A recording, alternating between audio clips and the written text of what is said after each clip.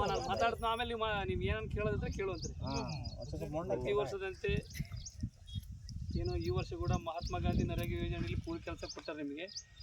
ಸ್ವಲ್ಪ ಈ ಸಾರಿ ಲೇಟ್ ಆಯ್ತು ನಿಮಗೆ, ಯಾಕಂದ್ರೆ ಈ ಸಾರಿ 11 ತಿಂಗಳು 2ನೇ ಸಾರಿ ಕೂಡ ನೀರು ಇರೋದ್ರಿಂದ ನಿಮಗೆ ಸ್ವಲ್ಪ ಲೇಟಾಗಿ ತೆಗಿದ್ದಾರೆ. ಆಮೇಲೆ ಈ ವರ್ಷ ಕೂಲಿ ರೇಟ್ ಕೂಡ ಚೇಂಜ್ ಆಗಿದೆ, 370 ರೂಪಾಯಿ ಆಗಿದೆ. ಹೋದ ವರ್ಷಕ್ಕೂ ಈ ವರ್ಷಕ್ಕೂ ಏನೋ 21 ರೂಪಾಯಿ ಮತ್ತೆ ಜಾಸ್ತಿ ಮಾಡಿದ್ದಾರೆ. ಸೊ ಆದ್ದರಿಂದ ಮಹಾತ್ಮ ಗಾಂಧಿ ನರೇಗಾ ಯೋಜನೆಯ ಒಂದು ಉದ್ದೇಶ ಏನಪ್ಪ ಅಂದರೆ ಸಮಾಜದ ಕಟ್ಟಕಡೆಯ ವ್ಯಕ್ತಿ ಅಂದರೆ ಬಡವ ಬಲ್ಯದೆಂಬ ಭೇದ ಭಾವ ಇಲ್ಲದೆ ಕೊನೆಯ ವ್ಯಕ್ತಿಗೆ ಈ ಒಂದು ಯೋಜನೆ ಅನುದಾನ ಪಡಿಬೇಕಂತೇಳಿ ಉದ್ದೇಶದಿಂದನೇ ಈ ಒಂದು ನರೇಗಾ ಯೋಜನೆ ಅಡಿಯಲ್ಲಿ ಏನು ಬೇಸಿಗೆ ಸಮಯದಲ್ಲಿ ಗುಳೆ ಹೋಗದಂತೆ ಬೇರೆ ಕಡೆ ಹೋಗದಂತೆ ಇಲ್ಲೇ ತಮ್ಮ ಮೂಲದಲ್ಲಿಯೇ ಕೆಲಸ ನೀಡಲಿಕ್ಕೆ ಮಾನ್ಯ ಗ್ರಾಮೀಣಾಭಿವೃದ್ಧಿ ವಿದ್ಯಾಲಯ ಪಂಚಾಯತ್ ರಾಜ್ ಇಲಾಖೆಯಿಂದ ಈ ಒಂದು ನರೇಗಾ ಯೋಜನೆಯಲ್ಲಿ ಕೂಲಿ ಕೆಲಸ ನೀಡಲಾಗ್ತದೆ. ಸೊ ಆದ್ದರಿಂದ ತಾವುಗಳು ಈಗ ಪ್ರತಿ ವರ್ಷದಂತೆ ಈ ವರ್ಷ ಕೂಡ ಏನೋ ಕಾಲುವೆ ಕೆಲಸ ಮತ್ತು ನಾಲಾ ಹೂಳೆತ್ತ ಕೊಟ್ಟಿದ್ದಾರೆ. ಈಗ ಈ ಕೂಲಿಯ ಕೂಡ ಹೆಚ್ಚಾಗಿದೆ. ಅಳತೆಗೆ ತಕ್ಕಂತೆ ಕೂಲಿ ಏನೋ ಈಗ ನೀವು ಕೆಲಸ ಮಾಡಿದಾಗ ಮಾತ್ರ ನಿಮಗೆ 370 ರೂಪಾಯಿ ಬೇಡ 350 ರೂಪಾಯಿನ ತಗೋಬೇಕು ನಮಗೆ. ಯಾಕಂದ್ರೆ ಸರ್ಕಾರದ ಇದು ಕೇಂದ್ರ ಸರ್ಕಾರ ಯೋಜನೆ ಆಗಿರೋದ್ರಿಂದ ಇಲ್ಲಿ ಬೇರೆ ಯಾರು ಇದು ಮಾಡಲ್ಲ, ಹಸ್ತಕ್ಷೇಪ ಇರಲ್ಲ. ಪಿ ಡಿ ಒ ಆಗಿರ್ಬೋದು, ತಾಲೂಕು ಮಟ್ಟದ ಅಧಿಕಾರಿಗಳಾಗಿರ್ಬೋದು, ಜಿಲ್ಲಾ ಪಂಚಾಯತ್ ಅಧಿಕಾರಿಗಳಾಗಿರ್ಬೋದು, ಯಾರು ಏನು ಮಾಡೋಂಗಿಲ್ಲ. ಇದರಲ್ಲಿ ವರ್ಷಕ್ಕೊಂದು ಸರಿ ಬಜೆಟ್ ಮಾಡ್ತೀವಿ ನಾವು. ಅಂದರೆ ಗ್ರಾಮ ಪಂಚಾಯತ್ ವ್ಯಾಪ್ತಿಯಲ್ಲಿ ಇಷ್ಟು ಜನ ಕೂಲಿಕಾರರು ಅದರ ಇವರಿಗೆ 100 ಜನ ಏನೋ ಒಂದು ವರ್ಷದಲ್ಲಿ ಒಂದು ಕುಟುಂಬಕ್ಕೆ ಒಂದು ಜಾಬ್ ಗಾರ್ಡ್ಗೆ 100 ಜನ ಅಂತೇನು ಇರುತ್ತಲ್ಲ, ಎಲ್ಲ ಓವರ್ ಆಲ್ ಹೇಳ್ತಾರೆ. ಅದನ್ನು ವರ್ಷಾದ್ಯಂತ ಹೇಳ್ತಾರೆ, ಬರೀ 3 ತಿಂಗಳಲ್ಲ ಹೇಳ್ತಾರೆ. ಅದು ಒಂದು ವರ್ಷಕ್ಕೆ ಒಂದು ಕುಟುಂಬಕ್ಕೆ 100 ದಿನ ಅಂತ ಇರುತ್ತೆ. ಸೊ ಆದ್ದರಿಂದ ಆ ಒಂದು ಏನೋ ಕ್ರಿಯಾಶೀಲ ಜಾಬ್ ಕಾರ್ಡ್ ಯಾವಿರುತ್ತೋ ಅದಕ್ಕೆ ಇಂಟು 370 ಅದು ಮಾಡಿ ಬಜೆಟ್ ಮಾಡಿರ್ತಾರೆ. ಆ ಬಜೆಟ್ ಮಾಡೋದಕ್ಕೆ ನೀವು ಸುಮ್ಮನೆ ಏನು ಬೆಳಿಗ್ಗೆ ಬಂದು ನಾವು ಏನೋ ಮೇಲ್ನೋಟ ಕೆಲಸ ಮಾಡಿ ಫೋಟೋ ತಗೊಂಡು ಹೋದರೆ ಆಮೇಲೆ ನಮಗೆ ಮೇಜರ್ಮೆಂಟ್ ಮಾಡೋಕ್ಕೆ BFT ಇರ್ತಾರೆ, ಆಮೇಲೆ ತಾಂತ್ರಿಕ ಸಹಾಯಕರು TA ಅಂತ ಇರ್ತಾರೆ. ಅವರು ಬಂದು ಮೇಜರ್ಮೆಂಟ್ ಮಾಡಿ ಆಮೇಲೆ ನಮಗೆ ಮಾಹಿತಿ ಕೊಡ್ತಾರೆ. ಆ ಮಾಹಿತಿಗೆ ಅನುಗುಣವಾಗಿ ನಿಮಗೆ ಪೇಮೆಂಟ್ ಮಾಡ್ತಾರೆ. ಆಮೇಲೆ ಕೆಲವರು ಅನ್ಕೊಂತಾರೆ ನಮಗೆ 370 ಅಂತ ಅವ್ರು ಯಾರು ತಾಲೂಕು ಪಂಚಾಯತಿಂದ ಬಂದು ಹೇಳಿದರು, ಬಟ್ ನಮಗೆ ಕೊಡ್ತಾ ಇರೋದು ಇಲ್ಲಿ ಬರೀ 150-200 ರೂಪಾಯಿ ಅಂತ ತಾವು ಅನ್ಕೋಬೋದು. ಬಟ್ ಇದರಲ್ಲಿ ಯಾರು ಏನು ಮಾಡೋಕ್ಕೆ ಬರಲ್ಲ ಅಮೌಂಟು. ಆಮೇಲೆ ಉಳಿದ ಅಮೌಂಟ್ ಏನು ಅವರೇ ತಗೊಂತಾರ, ಏನು ಪಂಚಾಯತರು ಇಲ್ಲ ತಾಲೂಕು ಪಂಚಾಯತರು ಇಲ್ಲ ಜಿಲ್ಲಾ ಪಂಚಾಯತರು ಅಂತ ನಿಮ್ಮ ಒಂದು ಇದಿರುತ್ತೆ. ದಯಮಾಡಿ ಯಾರು ಅನ್ಕೋಬೇಡ್ರಿ, ಅದು ಯಾರು ನೇರವ ಅಕೌಂಟ್ ನಿಮ್ಮ ಅಕೌಂಟಿಗೆ ಬರುತ್ತೆ.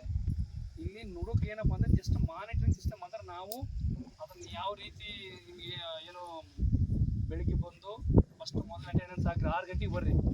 ಮೊದಲ ಅಟೆಂಡೆನ್ಸು 6 ಗಂಟೆಗೆ ಓಪನ್ ಆಗುತ್ತೆ. 2ನೇ ಅಟೆಂಡೆನ್ಸು 10 ಗಂಟೆಗೆ. ಅಂದರೆ 4 ತಾಸು ವೇರಿಯೇಷನ್ ಇರುತ್ತೆ, ಅದರ ಡಿಫ್ರೆನ್ಸ್ ಇರುತ್ತೆ ಟೈಮಿಂಗು.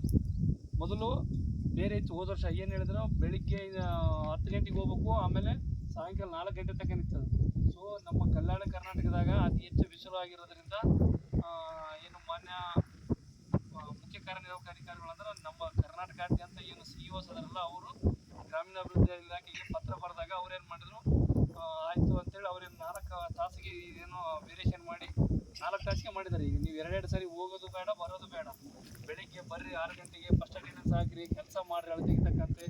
ಆಮೇಲೆ ಹೋಗೋ ಕಾಲಕ್ಕೆ ಅಷ್ಟೊತ್ತಿಗೆ ನೀವು ಕೆಲಸ ಮುಗಿಯೋದ್ರೊಳಗೆ 10 ಗಂಟೆ ಆಗುತ್ತೆ, ಫೋಟೋ ತಗೊಂಡು ಮನೆಗೆ ಹೋಗಿ ಮತ್ತು ಹೋಗೋದು ಬರೋದು ಇಲ್ಲೇನು ಊರು ಸಮೀಪ ಅಂತ ಹೋಗಿ ಬರ್ತಾರೆ. ಅಕಸ್ಮಾತ್ 1-2 ಕಿಲೋಮೀಟರ್ ದೂರ ಆದರೆ ಕಷ್ಟ ಅಲ್ಲ, ಹೋಗೋದು ಬರೋದು ಮಾಡಬೇಡ್ರಿ. ಆಮೇಲೆ ಪ್ರತಿಯೊಬ್ಬರು 2 ಲೀಟ್ರ್ ನೀರು ತೊಗೊಂಬರ್ರಿ.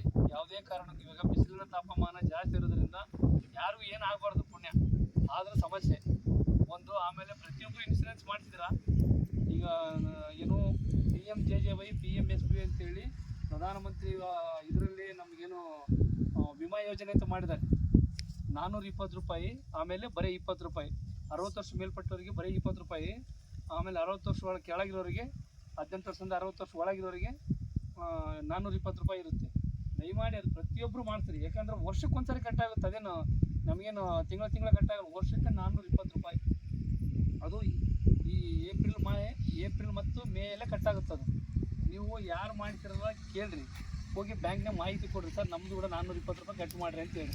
ನಾವು ನರೇಗಾದ ಕೆಲಸ ಮಾಡ್ತಾಯಿದ್ದೀವಿ, 420 ರೂಪಾಯಿ ಕಟ್ ಮಾಡಿರಿ ಅಂತ ಹೇಳ್ರಿ, ಅವ್ರು ಕಟ್ ಮಾಡ್ತಾರೆ.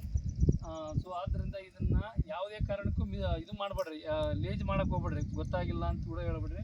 ಆಮೇಲೆ ಮೇಟಿ ಎಷ್ಟು ಜನ ಅದಿರಿ? 12 ಜನ ಅದಿರಿ. ಅಲ್ಲ ಇಲ್ಲಿ ಮೇಟಿ ಮತ್ತು 12 ಜನ ಮೇಟಿಗೆ ಇಷ್ಟೇ ಜನ ಇರೋದು.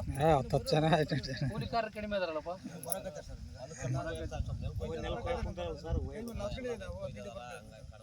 ಅದಕ್ಕೆ ಹೇಳ್ತಾರೆ ಇಲ್ಲಿ ಸಮೀಪ ಐತೆ ನೀವು ಹೋಗಿ ಬರ್ತೀರೋ, ಅದರಿಂದ ದೂರ ಆದ್ರೆ ಕಷ್ಟ ಅಲ್ಲ. ಅದಕ್ಕೆ ಬೆಳಿಗ್ಗೆ 6 ಗಂಟೆಗೆ ಬರ್ರಿ, ಮೊದಲು ಅಟೆಂಡೆನ್ಸ್ ಹಾಕಿರಿ, ಆಮೇಲೆ ಕೆಲಸ ಮಾಡಿರಿ. ಅವೆಲ್ಲ ಅಳತೆ ಕೊಟ್ಟಿರ್ತಾರ, ನಿಮ್ಮ ಯಾರಿಗೆ ಮೇಟಿಗಳಿಗೆ ಇರ್ತಾರೆ ಮಾಹಿತಿ, ಅದ್ರಗನುಗುಣವಾಗಿ ಕೆಲಸ ಮಾಡಿರಿ. ಇದಕ್ಕೆ ತಕ್ಕಂತೆ ಆಮೇಲೆ ಇದು ನಮ್ಮಲ್ಲಿ ಮಾನ್ಯ ಆಯುಕ್ತಾಲಯದ ಆದೇಶದಂತೆ 60% ಮಹಿಳೆಯರೇ ಕೆಲಸ ಮಾಡ್ಬೇಕು ನಮ್ಮಲ್ಲಿ. ಅದು ಸರ್ಕಾರದ ಆದೇಶ ಅಲ್ಲ, ಮತ್ತೆ ನಾವು ತಾಲೂಕು ಪಂಚಾಯತಿ ಆಗಿರ್ಬೋದು, ಇಲ್ಲ ಜಿಲ್ಲಾ ಪಂಚಾಯತಿ ಮುಖ್ಯ ಕಾರ್ಯನಿರ್ವಾಹಕರು ಯಾರು ಇಲ್ಲ. ಕರ್ನಾಟಕ ರಾಜ್ಯ ಸರ್ಕಾರದ ಆದೇಶನೇ ಇದೆ, ಗ್ರಾಮೀಣಾಭಿವೃದ್ಧಿ ಇಲಾಖೆ ಆದೇಶ ಹಂಗೈತೆ.